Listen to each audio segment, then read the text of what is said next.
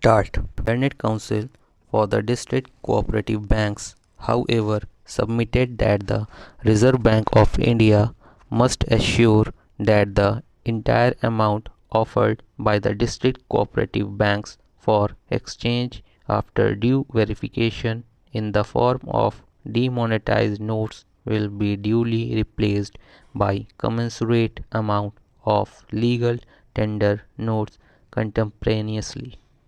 The learned Attorney General, on instructions, submitted that the policy of replacement of legal tender notes as applicable to the public sector banks and the other banks will be applied even in the case of district cooperative banks for exchange of demonetized currency with the legal tender currency. We accept the assurance given by the learned Attorney General in this behalf. The other broad point was about extending the time limit for exemption for use of demonetized currency notes of rupees 500 and rupees 1000 at specified counters as per the relevant notifications issued in that behalf by the Reserve Bank of India. It was contended that the exemption period provided in the concerned notification is expiring. Hence, it will not be possible to deposit the demonetized notes at specified counters thereafter. Even in the case of emergency situation like hospitalization, travel by railway or by air, etc. In our opinion, whether the exemption period should be extended or not must be best left to the judgment of the government of the day, with the hope that the government will be responsive and sensitive to the problems encountered by the common man. Accordingly, we declined to issue any interim direction to the government in the matter of extending the period of exemption and leave it to the government to take appropriate decision in that behalf as may be advised.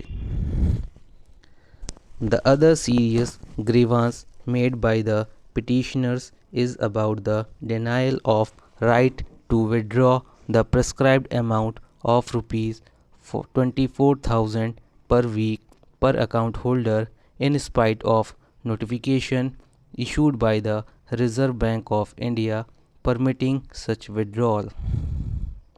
It is submitted that if the government has issued such notification after due consideration, it is obliged to ensure that its commitment made under the said notification is implemented without any exception. The ground reality, however, contends learned counsel is that the banks are refusing to pay full amount of rupees 24,000 per account holder per week on the ground of non-availability of enough volume of legal tender currency. According to the learned Attorney General, the government has already made it amply clear that it would take around 50 days time to streamline the cash flow. That period is still not exhausted.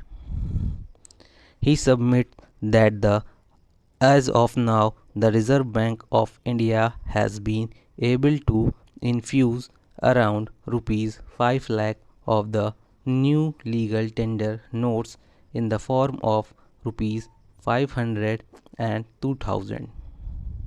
This is almost over 40% of the amount of demonetized notes already deposited with the banks.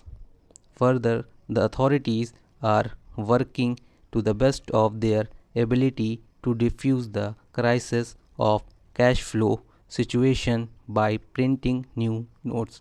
Stop.